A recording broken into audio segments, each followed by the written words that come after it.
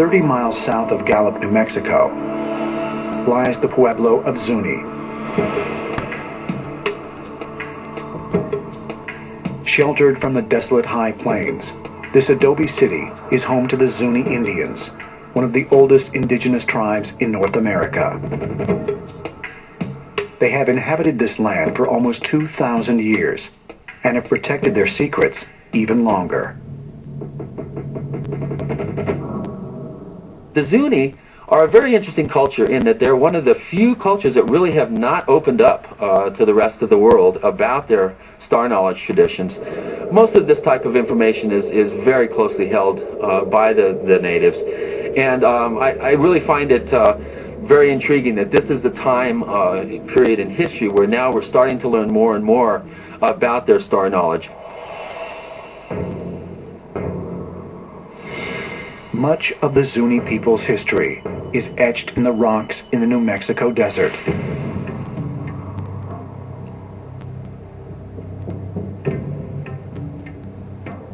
Tribal elder Clifford Mahudi and archaeologist Dan Simplicio have studied the Zuni's secret history firsthand.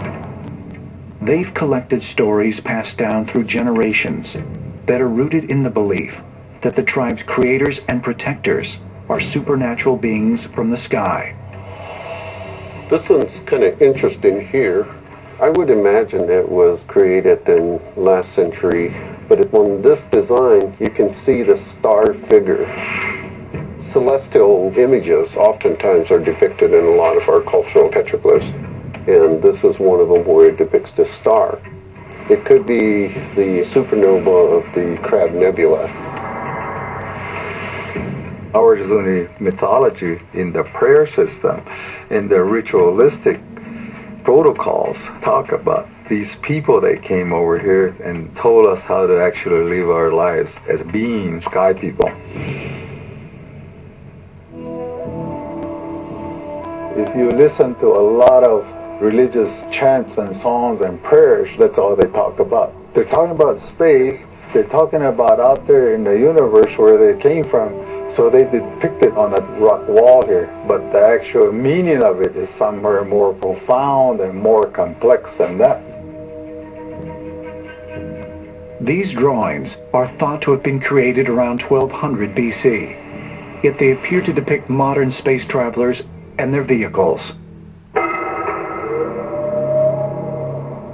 If you move back a little bit, you can see another figure here. It has a dome, has eyes. There's something coming down, And a nose. like a nose through the nose, but it kind of flares out. I think it was something to do with the ancient ones when they saw something.